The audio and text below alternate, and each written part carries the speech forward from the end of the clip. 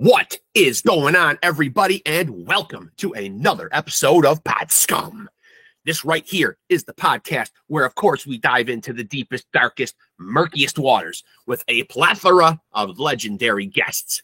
I am, of course, your host, your bastard of ceremonies, the number one scumbag, Rex Ruger, and that is Rex with 3 X's, R-E-X-X. That's right. You might also know me as a.k.a. the King of Sleaze, which I am, a.k.a. the Hair Metal High Priest, which I am, and most importantly, a.k.a. Diamond David Lee Roth Jr., which I definitively am, and the hard science is on its way to prove that.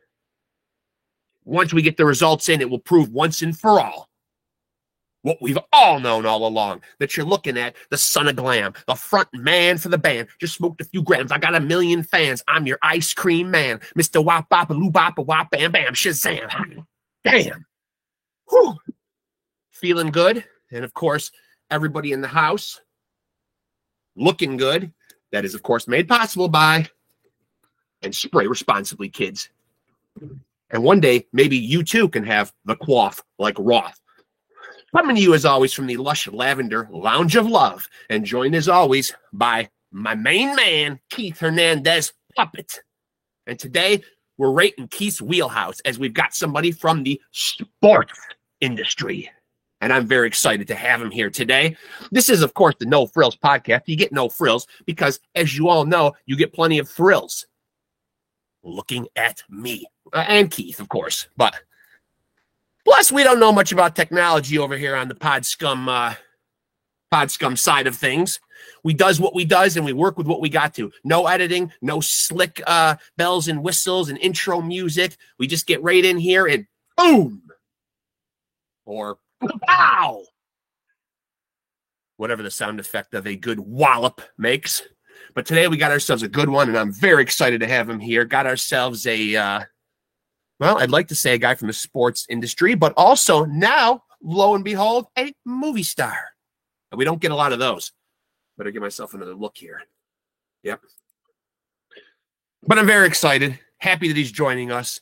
Of course, you guys all know about my passion project, other than this podcast, my glam sleaze metal passion project, Love Sword. Still looking for players.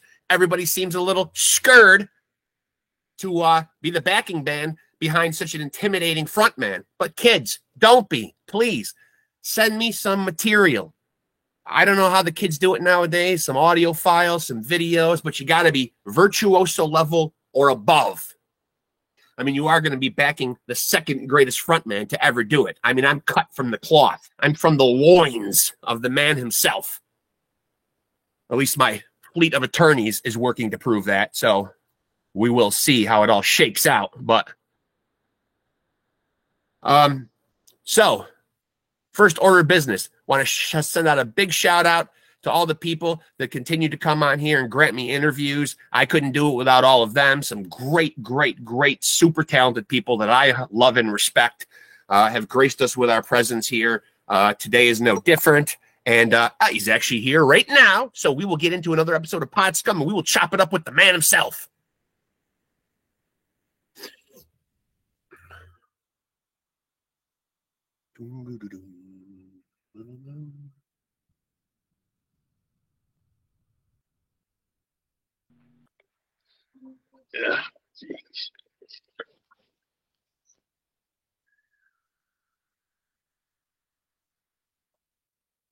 Hello there, sir.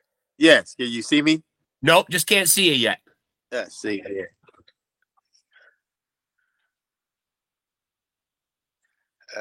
Where is the camera?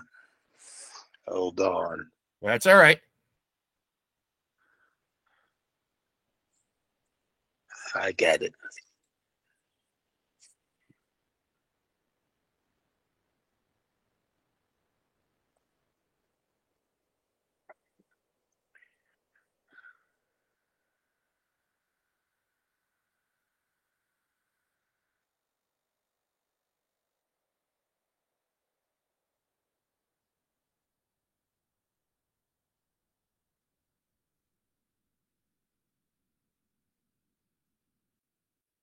Any luck? Have we lost Gracias. There he is. The great Uh-huh. Tony Weeks. How are you, sir? I'm good. Yourself? Awesome. Awesome. Thank you so much for doing this. Not only Tony Weeks boxing referee, now Tony Weeks movie star. It's big news, right? Oh, absolutely. Creed 3. Awesome. Number one Yeah. movie in the country. Yes, it broke all box office records for the opening weekend. I want to get to the movie, but first of all, I just want to touch on obviously your main forte, boxing. I'm wondering, first and foremost, what do you think? I'd like to get your opinion as someone that's been in that ring, officiated hundreds and hundreds of fights. Do you like where boxing is right now as far as entertaining the idea of these quote unquote gimmick fights, these Jake Paul type fights? Are they good for boxing, or are you not in favor of this kind of stuff? But I mean, everybody has the right to make money. That's number one. Sure. And make a living. I don't think it hurts boxing. You have your reputable champions out there or fighters out there, contenders, what have you, that it's enough for the crowd. Obviously someone's paying for all this, so it's appealing to a lot of people. So if anything, I think it could help boxing in terms of drawing more people to it. Okay, fair enough. And as far as your own personal story, how do you find your way to being a boxing referee? Well, at the time, I was an athletic director in the federal prison system. Okay. And I decided to put on a little boxing exhibition up there. We had an inmate up there that one of the trainers was interested in training. So I got with him, and we decided to, hey, let's make an event of it. So he brought up a couple of fighters, and I set the ring up there in the rec yard, and we kind of made the sparring match between the inmate and one of his guys as the main event. And what had happened was when the guys get up there and they started sparring, and it dawned on me and said, "Wow, I didn't get a referee," and at the time, it was just out of curiosity. I asked one of the trainers, Beto Martinez, you mind if I get up there and do it? He says, "No, go ahead." And I tell you, I got up there, and I was always into boxing because I was familiar with it. Watching the fighters and watching my idol Richard Steele and Mills Lane and those guys. Great. Arthur Mercanti and those guys, Larry Hazard, and how they were moving around the ring. So I was kind of simulating or emulating what they were doing, but instantly I kind of fell in love with it, and the trainer Beto Martinez, who passed away some years back, but he had asked me if I ever done that before. I said no. He says, "Well, I think you should look into it. You have good natural movements." And he took it a step further and called the Arizona State Boxing Commission, and the rest is history. And now you mentioned some of the people that you admired and looked up to, but as far as like formal training for people that might be interested in this, is there a formal training program or some type of school that you go to ref, or is it just kind of getting in there and just learning as you go? Well, you start out the normal procedure, starting out at the amateur ranks, right, or in the amateur ranks, and working your way up. And of course, you study the rules and regulations, and there's no special school. A lot of times they hold seminars for officials, and they can learn the different techniques while you're in the ring and dealing with the fighters. But usually, you start out with the amateur ranks, and then it's like the NFL and NBA. You hope to be discovered. Right. So you've been in there, obviously, as I mentioned, hundreds and hundreds and hundreds of fights. So obviously, you've been in there with lots and lots of boxers. In your time in the ring, best in-ring display that you've ever seen of somebody boxing, who are some guys that you really like and have admired, even though you were officiating or even not officiating their matches?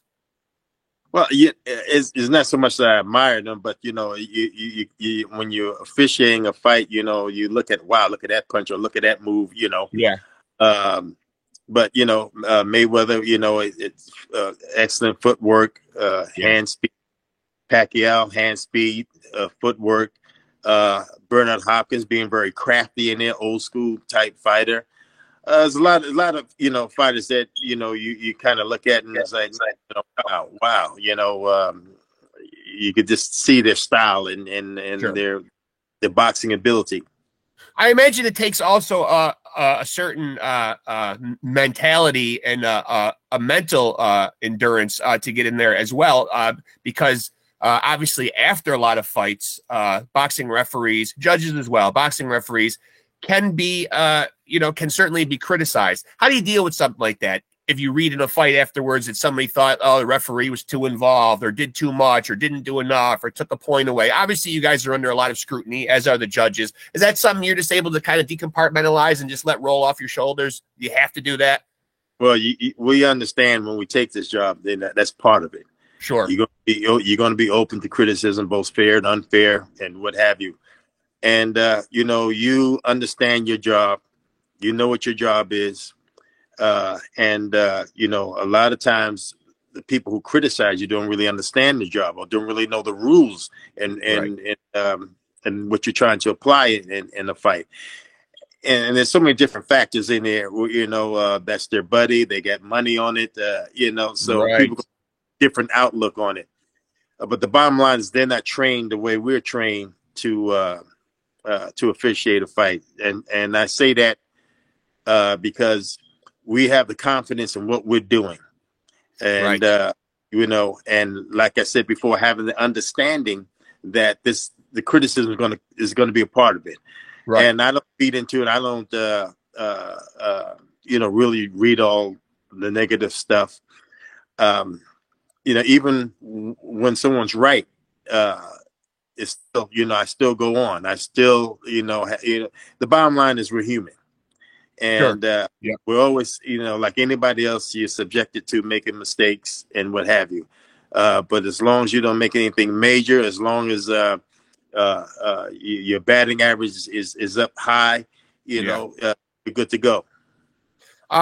You had mentioned, and I know we had talked over the last couple of weeks. We had rescheduled this because of a scheduling conflict with the fights last weekend. So the fights last weekend, what was your takeaway from Benavidez and Plant? And is Benavidez a guy worthy of a shot at Canelo? That seems to be where this is all headed towards. Well, as a referee, I really can't comment on that.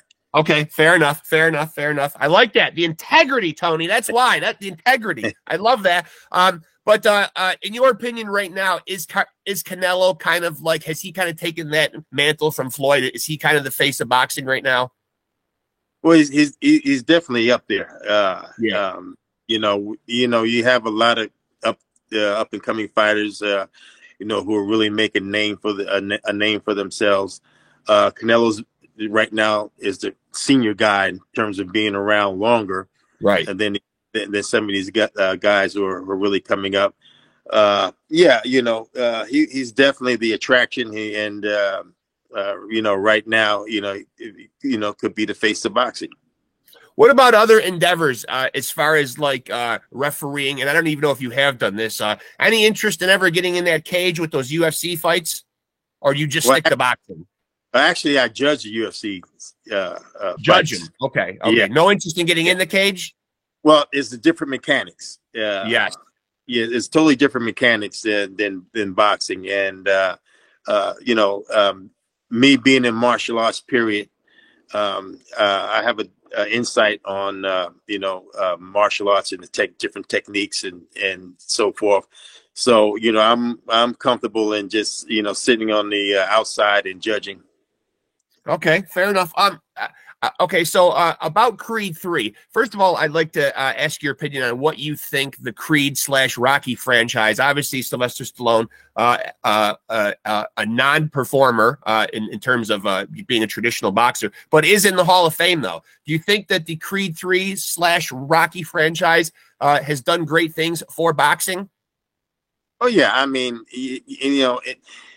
yes, I say yes because a lot of the fight scenes you see now are getting a lot better, and on top of that, they're hiring people like myself, people who really do boxing, to make the scenes, make the movie and the fight scenes more authentic. So yes, I think Definitely. it brings a positive attraction to it. And I believe this was his first foray into directing. But what was it like working with Michael B? Oh, great, great guy, The best. really, really down to earth, and he definitely knows his business. You wouldn't if somebody didn't tell me that was his directorial debut, I wouldn't even notice the difference. But just a real good guy, really into what he's doing, and really has knowledge, very knowledgeable in what he is doing and how he's directing these fights. When you go in there, well, first of all, do you get to get your SAG card from this? You get a little SAG, yeah. All right, give the man his SAG card for God's sake. I mean, so what about the rest of the cast? Were you in admiration of their performances? Because this movie is just fantastic.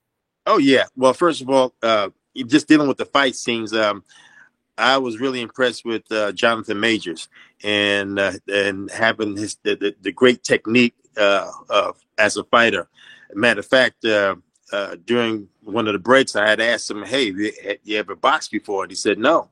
I was like, "Wow, you have great technique as a fighter." Yeah.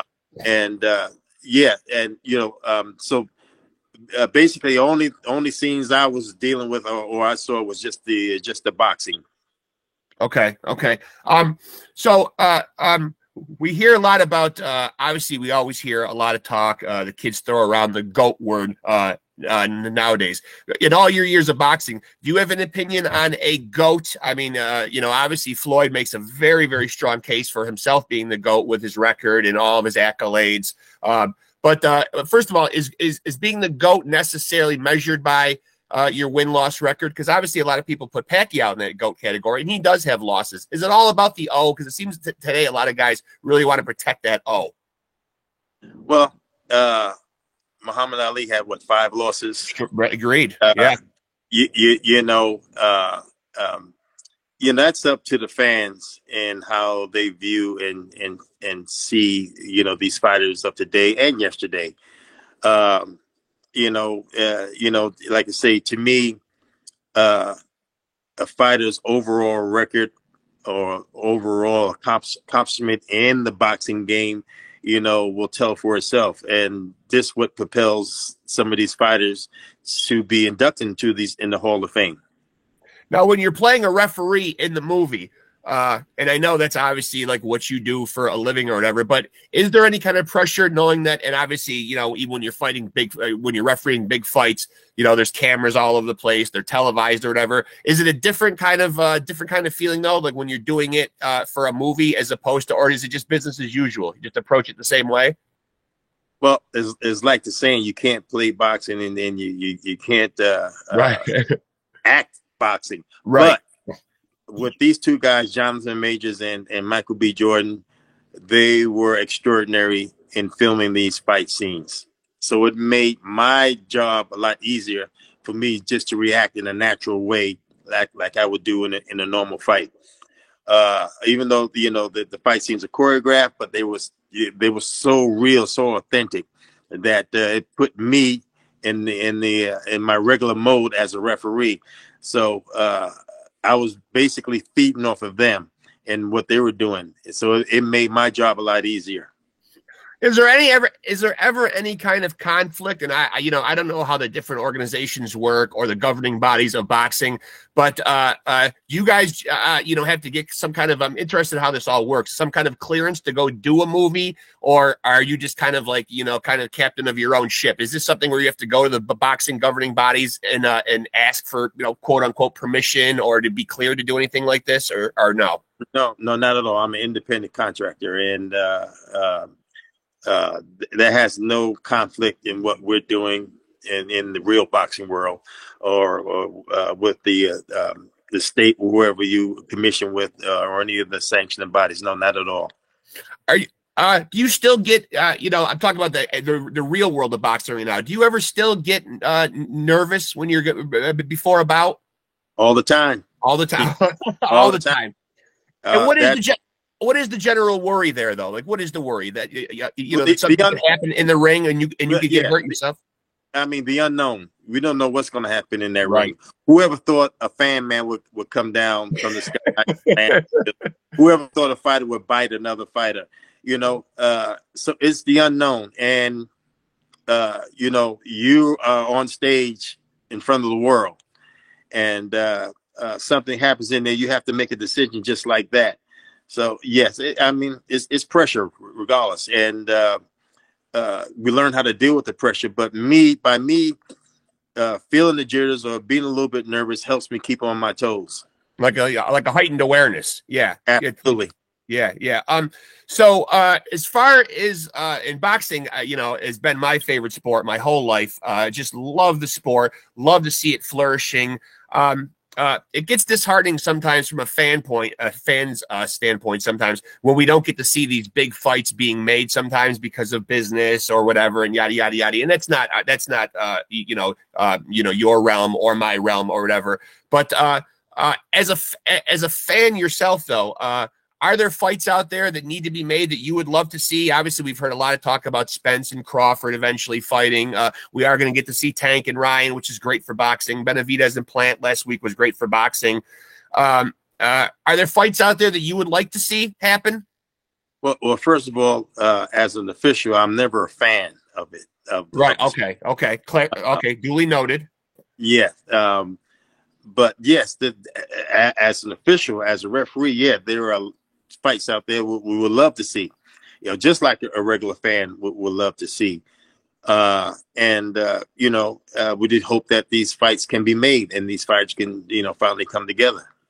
Do you have a preference when you're in there refereeing, or does it matter to you the scenario in terms of like whether you're in there refereeing for the big guys, little guys? Do you have one that you prefer? No, not at all. When I first started refereeing boxing, doing the 4-rounders and 6-rounders, 8-rounders, I viewed every fight as a championship fight.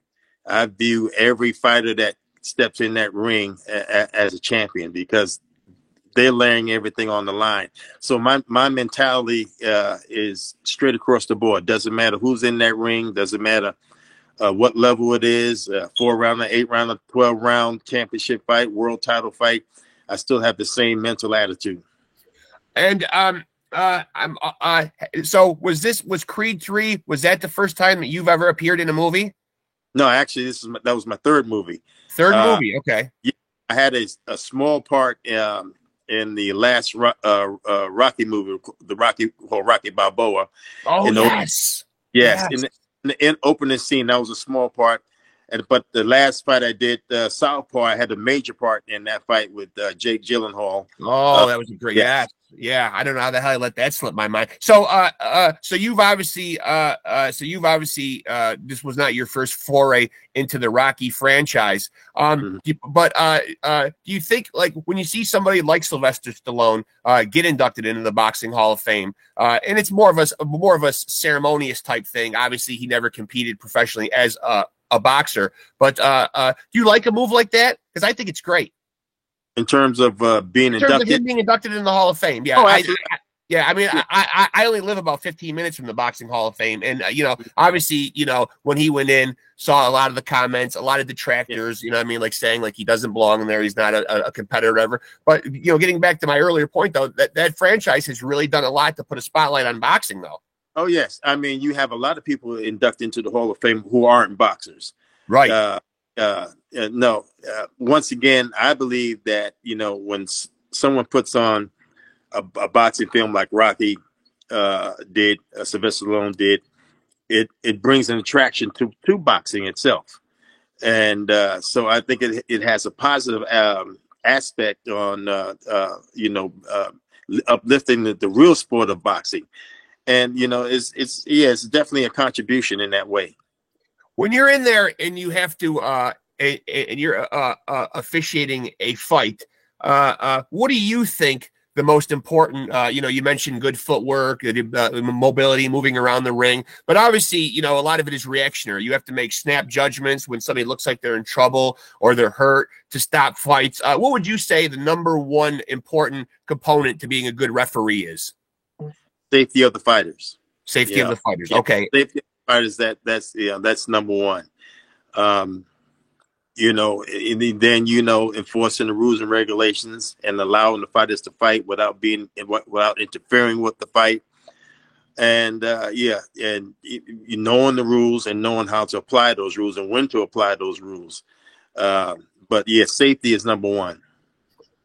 You were now. Correct me if I'm wrong. You were the referee in that Diego Corrales fight, correct? Yes. With Joel Casamayor, it was. I did the first fight with Diego Corrales and Joel Casamayor. Yes. And was that the one where Diego really came back at the end right there? Am I thinking the same fight? You're talking about Jose Luis Castillo. Yes. Yeah, Diego Corrales and Jose Luis Castillo. Yes. And you were refereeing that fight? Yes. Now, that was quite a remarkable ending to that fight, where you could make a strong case that Corrales was pretty much all but out of the fight, really getting hammered on. But then he had that remarkable surge, and when you're looking at Jose Luis Castillo and you stop that fight, what is it exactly that you see? That because obviously Castillo was really winning the fight and really putting it on him. Do you have to watch a fighter's eyes, or how do you know or react to when in your opinion a guy has had enough?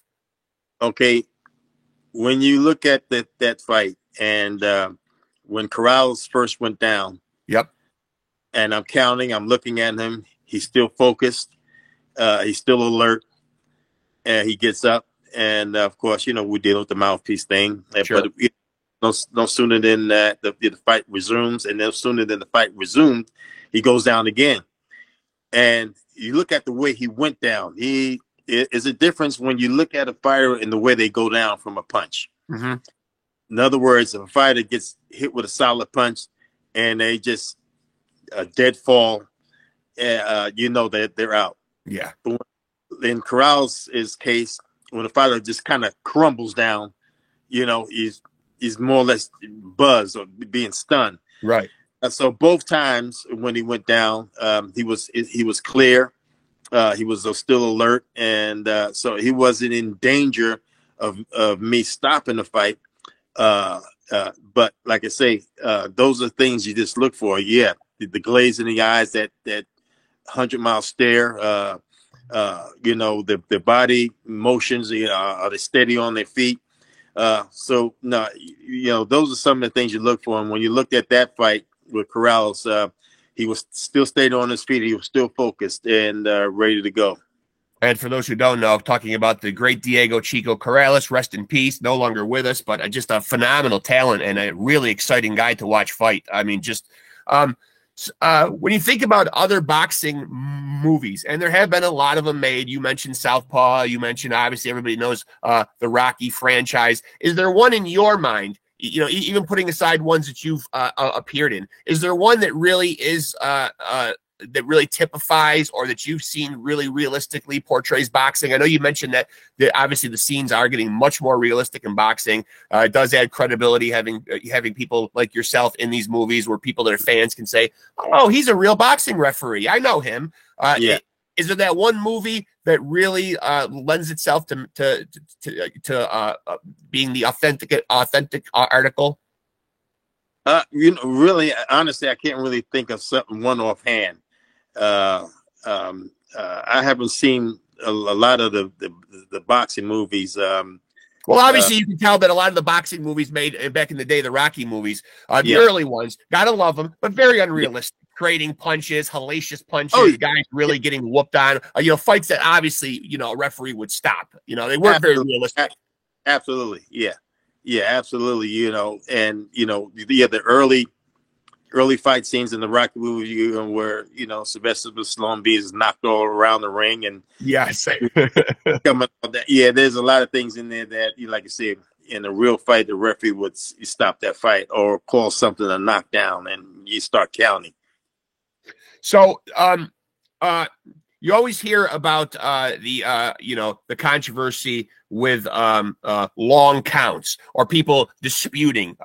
It's pretty famous. Mike Tyson did his one-man show and said that, but when he knocked Buster Douglas down, technically he was down for a 12 count. There was some scrutiny with Fury being down in one of those Wilder fights. To clarify for people who might not know, because this frustrates me a lot, and I see it in the comment section of videos of fights. When does the count actually start? Somebody at ringside counts, and then you pick up the count, correct?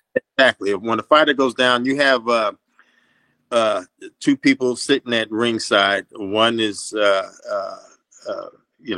the bell, the clock, and the other one's counting for the knockdowns. Soon the fighter goes down. When I'm summoning the standing fighter to the neutral corner, I pick up the count from the timekeeper. It's usually at 3 or 4, and I think a lot of people get confused. They think when they hear about a count, they think is a 10-second count. No, it's not. Right. At the clock and it's on 10 seconds. No, a 10 count is not a 10-second count.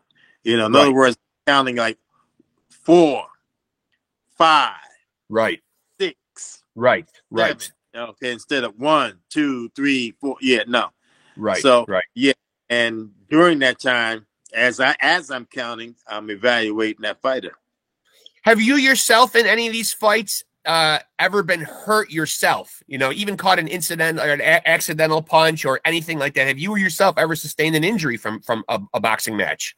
No, I have never, thank God, never extended an injury from a fight, but I did get punched. If you look at the fight I did with the rematch with Bernard Hopkins and Roy Jones Jr. Yes. We had an incident where they, with 10 seconds left, 10 seconds left in the round, they're going at it, and the bell rings, and they're still going at it, and I have to jump in between them. So I took shots from both sides. I can imagine those guys had a little bit of disdain for each other back then. A little bit. Yeah. Yeah, that was real. That was all real. So as far as the boxing guys who you mentioned that you looked up to, I was a big Mills Lane fan, loved Mills, had a TV show for a while, even as a TV court judge, just a really beloved guy. But who was really like your gold standard when you were getting into boxing referee, the guy that you looked at and said, there's a guy that I want to emulate. There's a guy doing it right with integrity, with class, just goes about the job the right way. I mean, all the people who I mentioned, there's no one set person, because each one of those referees who I mentioned, they all have similar qualities. They all have something that I can look forward to, and seeing the referee do a job in the proper way. I can tell you this: the first time I noticed a referee was March 8th, 1971, Madison Square Garden, New York City, the first Ali Frazier fight, where Arthur Conti Sr. was the referee. And the reason why I noticed him, because at the time, you being a youngster, I just like, man, what a position to be in this big fight, Yeah. And looking back at it, I think a seed was planted in me, and that grew and fertilized, later on in my years. But all those guys who I mentioned, really, they all have the same qualities and good qualities about themselves in the way they conduct themselves in the ring. And now, forgive me for not knowing how this works. I know how it works for boxers. They got to be retired for a couple of years or whatever. But how do the non-participants get inducted into the Hall of Fame? And are you yourself, is that something that you would look forward to? Oh, I absolutely hope to, that'll be the icing on the cake, top off your career, to be immortalized amongst some of the greatest personalities, some of the greatest fighters in boxing. To my knowledge, I believe you have to be retired about, I think it's a 3-year wait or something of that nature. And then, you're voted on, and hopefully you be inducted. Okay. With that being said, and again, I mentioned that I'm not too far away from the Hall of Fame myself. I have met you there at one of the banquets before. Have a nice picture with you there, which I appreciate. But in terms of those kind of accolades,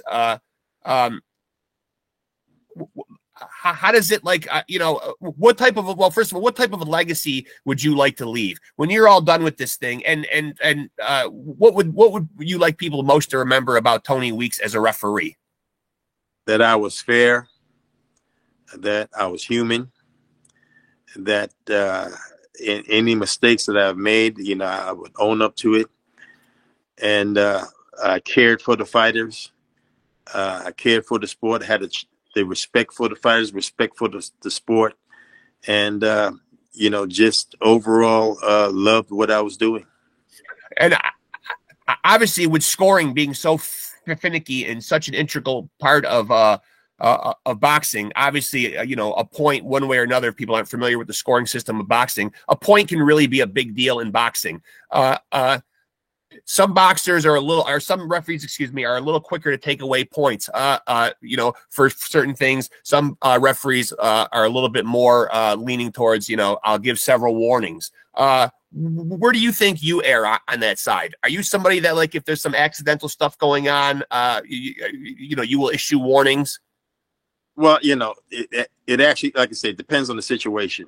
Right. But in general, I'm going to give a fighter a chance to work it out. Yes. Not unless something is intentional. Right. Now that's something different. I don't believe in giving soft warnings or hard warnings. A warning is a warning, period. Right. Right. And in certain cases, I would see what's happening on both sides, and then weigh it out from there.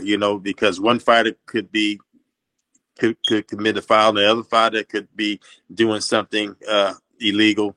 Right. And sometimes you have to balance it out. But in general, I just go according to the situation. I don't jump the gun, so to speak, and no, you don't take a point off for something. But I will, penalize a fighter if I deemed it intentional. Now, obviously, we mentioned Mills Lane a couple times in this interview. He was in a very difficult position, being in the ear biting fight with Tyson and Holyfield. As always, seemed to handle it, the way Mills always does, a lot of integrity or whatever. Have you yourself, though, ever been in a situation where something very weird or bizarre happened in the ring and you questioned how to deal with it? Because that's not something you see every day in boxing, a guy biting another guy's ear. I mean, no. Well, first of all, Mills Lane handled that perfectly. Great. Yes. Yes. Going back to what you was asking for, he showed me how to do that if I'm in that situation, or how to handle that situation. Fortunately, I've never been in that situation, and who knows what the future holds. Nothing too weird, though. Nothing too weird going on in the ring with. Not really.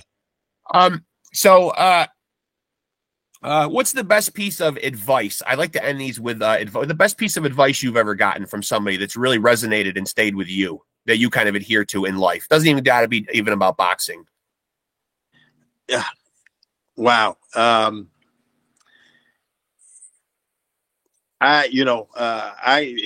got an advice from a elderly gentleman one time, and who was a fan of mine as a referee. And he said to me, "Enjoy the journey." Makes sense. Yes, that is like, okay, you're going to have your ups and downs. You're going to have good days, bad days, or what have you, but enjoy the journey. And that's what I like to do, just enjoy the journey, because not too many people can do what I do. Not too many people are fortunate enough to do what I do. And so I just want to enjoy the journey. Is there like do you have any kind of a set timeline in your mind of when you step away from boxing? Because obviously refereeing, doesn't really have like an age limit or a retirement age. Mills Lane did it, well into his older years. Have you yourself given any thought to that?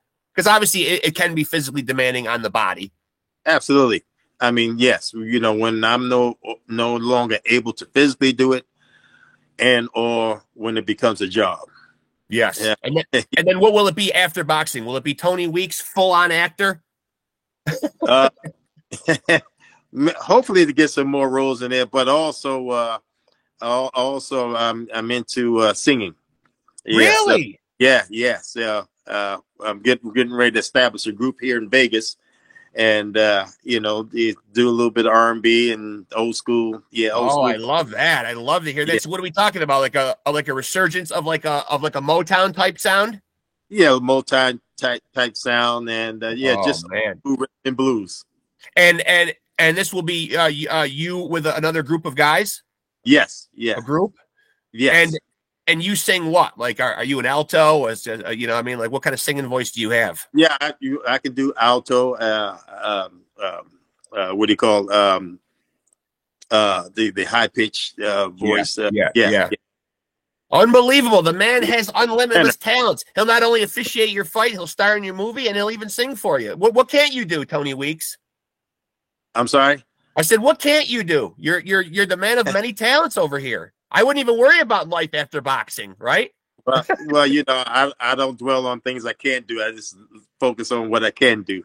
Well, I wish you all the luck with that. So, like, what is the plan though? Like with the music thing, is the plan an album? Is the plan to do live shows? All of that? Well, the plan is just to see where it takes us. Okay. Being that I'm known in the boxing business, I might have a little foot in the door here in Vegas. Vegas being the capital of entertainment. The thing about it is what I've learned in the business. You don't necessarily have to be the best singer, but you have to be the person that puts the people in the seats. Right, right, right. So, are these guys that you've assembled for your group? Are they like friends of yours? Did you hold auditions? How do you find the other guys that you're going to collaborate with? No, actually, these are guys that were fans, and they found out that I was a singer, and hey, one thing led to another. Hey, let's try to do something. Does this project yet have a name that people can be looking Not out yet. for? We haven't Not named the group yet. No. Will the yet. name of the group be somehow tied into boxing? Will you guys be the Knockouts? I don't think so. I kind of want to stay away from that. But I mean, people will know me from boxing, so They sure will. Yeah. Well, listen, Tony, it's been a real pleasure getting a chance to talk to you. I wholeheartedly appreciate you doing this, man. Means a lot, man. Wish you all the success with the music stuff. Obviously, with the movie career, did a fantastic job in Creed 3. And I just really appreciate you being on here. Thank you so much. Well, no, thank you. I really, really, really appreciate you having me. And anytime we can do this, we'll probably see you up there at the Hall of Fame. I'll be there this weekend. I'm actually hoping that I can first time ever, because I've only been doing the podcast thing inside of a year, but I have had several boxers on here. I've had Ivan Robinson. I've had Jesse James Leha. I've had Stevie Forbes. So I've been fortunate enough where I get a lot of entertainers on here, but in the sports field, I mostly just concentrate on boxers.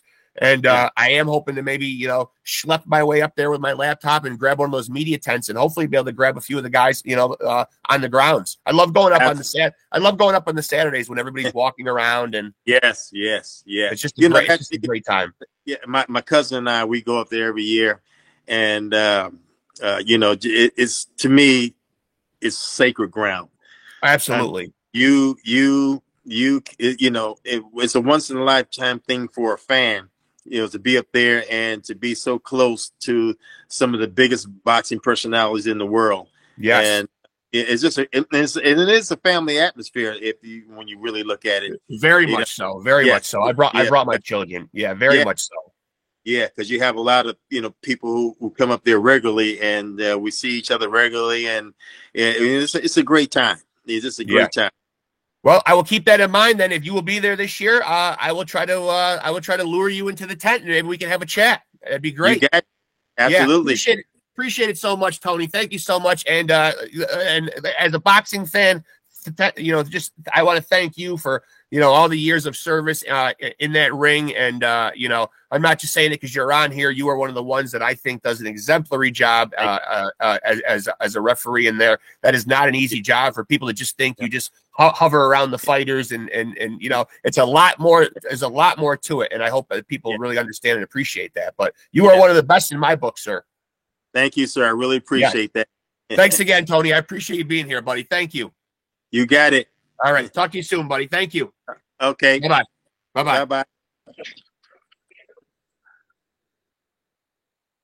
There he goes, folks. That is the great Tony Weeks, who is not only one of the greatest boxing referees in my mind ever, been in there in some of the biggest fights. I think he's closing in on 1,000 fights refereed. I don't know. I looked online. It was something ridiculous. 800, 900 some odd fights. That guy has been in there with all the best. And now he's starring in Creed 3, #1 movie in the country right now. So we just got ourselves not only somebody from the boxing world, a bona fide movie guy. You've also heard he's been in Rocky Balboa, Southpaw. And I love what these movies are doing, adding some authenticity by way of inserting these boxing guys, real life boxing guys, into the movies. So I really want to thank Tony Weeks for coming on here, man, and spending a few minutes chatting it up with us. Go out and see Creed 3, and you will see that man. You will see that man doing what he does best, playing a boxing referee. It's the #1 movie in the country right now. So I implore people to go out and see it, support everything, be on the lookout for Tony Weeks, singer. That's going to be coming soon, as you heard at the end of the interview. This may be a reincarnation of the Temptations. Who knows? But that is the great Tony Weeks. Hope you guys enjoyed that episode as much as I enjoyed chopping it up with Tony Weeks. And let me remind you, until next time, to take it easy and keep it sleazy.